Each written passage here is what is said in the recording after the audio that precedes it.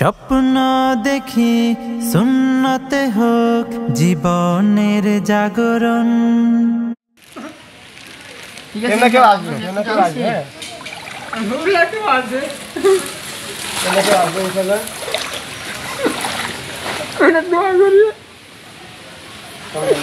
একটা হিন্দু পাড়ার মধ্যে এসেছি।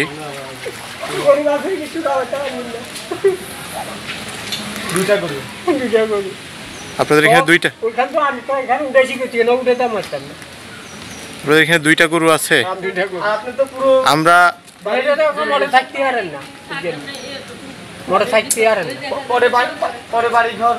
কিভাবে করবেন পরে বাড়ি ঘর ঠিক করা আর আমরা অবশ্য আমরা বাড়ি ঘর মানে পানি নেমে গেলে আমরা বাড়ি ঘর করে দিই। একটু যদি আমরা সহযোগিতা করেন আর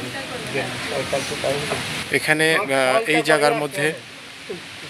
জায়গার মধ্যে কিছু হিন্দু পরিবার আটকা পড়েছে আমাদের ডান পাশে এবং এই পাশে। আপনাদের এখানে পর্যাপ্ত পরিমাণ ত্রাণ পৌঁছতেছে না, ওনারা খুব কষ্টে আছে। এই পাশে ওনাদের দুইটা গবাদি পশু আছে। আপনাদের ঘর তো এটা না? আপনাদের ঘর কোনটা? পিছনে এই যে এটা তো একবারে টিন সব হয়ে গেছে, খুলে গেছে মনে হয়। আমরা এখন আপনাদেরকে ইনশাল্লাহ খোঁজ খবর রাখবো। আপনাদের যে গরু আছে এগুলোর খাবার আমরা ম্যানেজ করার চেষ্টা করব।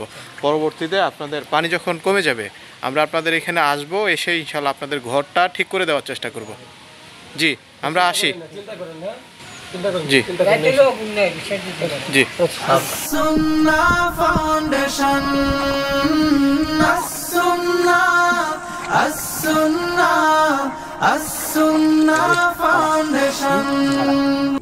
আর জানা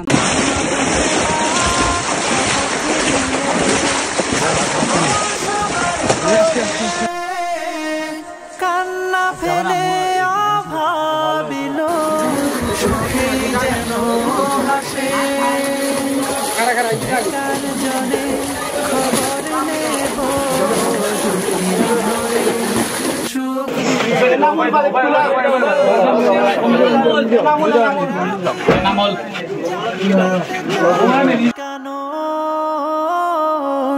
আসুন্না আসুন্না আসুন্না ফাউন্ডেশন, আসুন্না আসুন্না আসুন্না ফাউন্ডেশন, আসুন্না আসুন্না আসুন্না ফাউন্ডেশন।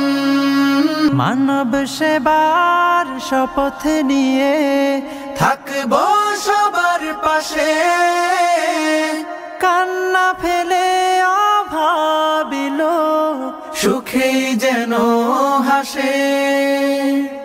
বেকার জনে খবর নেব দুঃখীর ঘরে সুখ বিলাব। গতকাল সৌদি আরব থেকে একটা এসএমএস আসছে আমার কাছে এবং বলা হলো যে ফেনীর শহরে একটা হিন্দু পরিবার তারা অত্যন্ত কষ্টের মধ্যে আছে। ফেনী শহরের এখনো কিছু কিছু জায়গা বিদ্যুৎ নাই, পানি নাই, সেখানে ভয়াবহ অবস্থা বিরাজ করছে। আলহামদুলিল্লাহ আজকেই আমাদের টিমের সদস্যদেরকে বলেছি সবার আগে খুব গুরুত্বের সাথে তাদের বাসায় এগুলো পৌঁছে দাও এবং তাদের প্রাইভেসি যাতে কোনোভাবে নষ্ট না হয় সেভাবে শুধু দরজা খোলার পর দরজার সামনে রেখে চলে আসবা।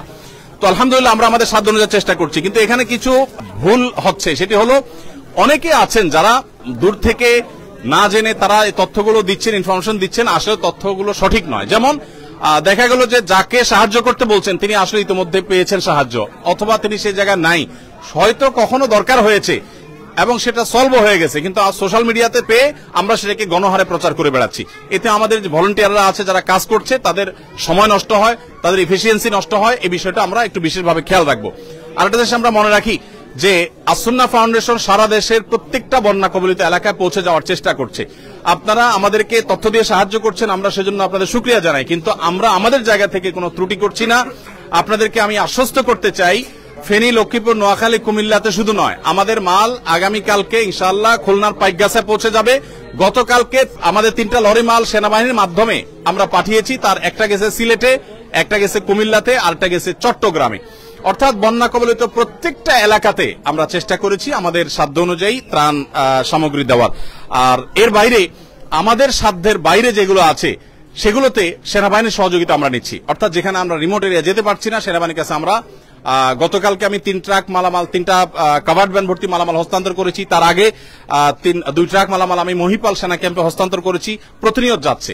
আমাদের কাজের পরিমাণটা যদি আমি আপনাদেরকে বলার চেষ্টা করি, আমাদের কাজ হলো প্রায় গত পরশুদিন আমাদের 16টা কাভার্ড ভ্যান এবং ট্রাক ভর্তি মালামাল বোঝাই হয়েছে। সারাদিন কাজ করার পর শত শত মানুষ ঢাকায় কাজ করছে বন্যার্ত মানুষের জন্য। এবং গতকালকে 16টি হয়েছে, আজকেও ঠিক একইভাবে 13 থেকে 16টি ট্রাক কাভার্ড ভ্যান ইনশাআল্লাহ ফিল আপ হবে এবং এগুলো দুর্গত এলাকাগুলোতে চলে যাবে।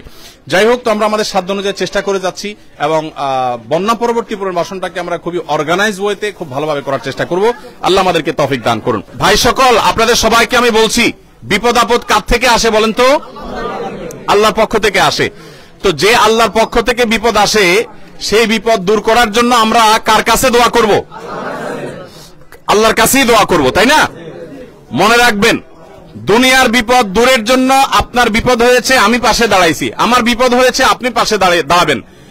মরার পরে যদি বিপদে পড়ি আমরা, সেই বিপদে কেউ আপনার পাশে দাঁড়াতে পারবে? তাহলে সেই ক্ষেত্রে মরার পর আখিরাতে যাতে বিপদে পড়তে না হয়, এজন্য আমাদের ঈমানটা ঠিক করতে হবে, আল্লাহর প্রতি বিশ্বাস ইয়াকিন ঠিক রাখতে হবে এবং সেই সাথে 5 ওয়াক্ত নামাজ ঠিক মতো পড়তে হবে। 5 ওয়াক্ত নামাজ পড়বো তো সবাই ইনশাআল্লাহ? কখনো মিথ্যা বলা যাবে না, কোনো মানুষের ক্ষতি করা যাবে না, কারো হক মারা যাবে না, বোনদের হক দিয়ে দিতে হবে, স্ত্রীর হক দিয়ে দিতে হবে, স্ত্রীও স্বামীর হক আদায় করতে হবে, কারোর প্রতি জুলুম করা যাবে না, ঝগড়া মারামারি করা যাবে না, তাহলে ভালো মুসলমান হওয়া যাবে। এই কাগজটাতে সবকিছু লেখা আছে, এগুলো আপনারা ভালো করে পড়বেন। আসুন্নাহ ফাউন্ডেশন আমাদের সাধ্য অনুযায়ী আপনাদের পাশে আমরা আছি। আমাদের ভলান্টিয়াররা রাত দিন পরিশ্রম করছে। এই যে মফিজ ভাই আসুন্নাহ ফাউন্ডেশন একজন শুভাকাঙ্ক্ষী, তিনি একইভাবে অর্থ দিয়ে সাহায্য করেন, আবার শ্রম দিয়ে সাহায্য করছেন। এরকম বহু লোক সারা দেশে আমাদের আছে, তারা গোটা দেশব্যাপী ঝাঁপিয়ে পড়েছে সমস্ত কাজকাম বাদ দিয়ে আপনাদের কিভাবে কষ্ট দূর করা, সেজন্য আমরা চেষ্টা করছি। আপনারা আমাদের জন্য দোয়া করবেন তো ইনশাআল্লাহ? আমাদের যে সমস্ত ডোনাররা আছে, যারা টাকা দিয়েছেন, সেই টাকাটা দিয়ে আমরা মালগুলো কিনে, আবার আমাদের স্বেচ্ছাসেবকরা কষ্ট করে পরিশ্রম করে এগুলো প্যাকেট করেছেন, সেগুলো আপনাদের কাছে নিয়ে আসছি। আপনারা আমাদের সবার জন্য দোয়া করবেন ইনশাআল্লাহ। আর আপনাদের জন্য আমরা দোয়া করি, আল্লাহ আপনাদের কষ্টকে দূর করে দেন এবং লাঘব করে দেন। আল্লাহ তাআলা দুনিয়াতে যেরকম আপনাদের বিপদে আপনাদেরকে সহায়তা দিচ্ছেন, আল্লাহ যেন আখিরাতে বিপদ থেকে আমাদের সবাইকে উদ্ধার করেন, বলেন আমিন। লক্ষ্মীপুর নোয়াখালী এলাকার মানুষ, কুমিল্লা, ফেনী এই এলাকার মানুষ দিনদার ধার্মিক হয়ে থাকে, নামাজি কালামি হয়ে থাকে। আমরা সবাই সেটা যেন খেয়াল রাখি, আমরা যেন ভুলে না যাই। মনে রাখবেন, আল্লাহর আযাব যদি হয়, তাহলে কিন্তু মানুষ সে আযাবে ধ্বংস হয়ে গেলে তার জাহান্নাম নিশ্চিত। বন্যার পানি হতে পারে আল্লাহ আমাদের পরীক্ষা করছেন, হতে পারে আমাদের গুনাহ মাফ হবে, কিন্তু আমাদের সবর করতে হবে। আপনাদের মধ্যে যারা উপযুক্ত, যাদের ঘর বাড়ি ভেঙে গেছে, শেষ হয়ে গেছে, আমরা আসুন্নাহ ফাউন্ডেশন থেকে তাদেরকে ঘর করে দেওয়ার জন্য টাকা পয়সা এবং টিন দেব ইনশাআল্লাহ।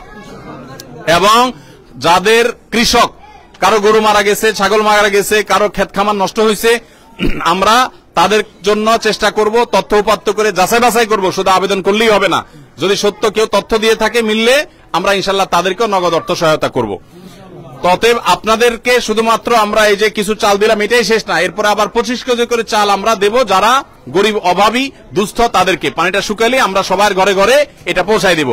কিন্তু শর্ত হলো সত্য তথ্য দিতে হবে। যে মিথ্যা কথা বলে তার সাথে আমরা নাই, সত্যবাদীর সাথে আল্লাহ আছে, আমরাও আছি, আর মিথ্যাবাদীর সাথে আল্লাহ নাই, আমরাও নাই। মিথ্যা মানুষকে ধ্বংসের দিকে নিয়ে যায়, আমরা কখনো মিথ্যা বলবো না। ত্রাণ কেন, গোটা পৃথিবীর বিনিময়ে মুসলমান মিথ্যা বলতে পারে? অতএব আমরা শক্ত থাকবো তো ইনশাআল্লাহ। এবং আমাদের মা বোনরা যারা আছে তাদেরকেও আপনারা নসিহত করবেন। আপনাদের স্ত্রী, আপনাদের বোন হয়তো আছেন, দেখেন ঘর বাড়ি ছেড়ে আপনারা এখানে চলে আসেন, কারণ এই আশ্রয় কেন্দ্রে থাকতে ইচ্ছা করে না। কিন্তু মনে রাখবেন, আল্লাহ রাব্বুল আলামিন যে আমাদেরকে ভালো রেখেছেন, আশ্রয় কেন্দ্রে আমরা যে থাকতে পেরেছি। বহু মানুষ আছে আশ্রয় কেন্দ্রে নাই। ফেনীর পরশুরাম, ছাগলনাইয়া এলাকা, এই সমস্ত এলাকাগুলোতে এমন ভয়াবহ অবস্থা বিরাজ করছে যে সেখানে দোতলার ছাদে, 3 তলার ছাদে মানুষ আজকে 4-5 দিন ধরে আছে, বৃষ্টির মধ্যে ভিজতেছে, খানা নাই, কিছু নাই, 4 দিন 5 দিন। এবং তাদেরকে কেউ যায় উদ্ধার করতে পারে, সেনাবাহিনী অনেকে উদ্ধার করতেছে, কিন্তু অনেককে এখন উদ্ধার করা সম্ভব হয় নাই, ওখানে আছে। আমি যে গাড়িতে এসেছি, সেই ট্রাকের ড্রাইভার সাহেব বলেছেন, আমি দেখেছি লাশ ভেসে গেছে আমার চোখের সামনে দিয়ে। তো তার তুলনায় আল্লাহ আমাদেরকে ভালো রাখছেন না? আমরা সর্বাবস্থা আল্লাহর কাছে শুকরিয়া আদায় করবো, আলহামদুলিল্লাহ।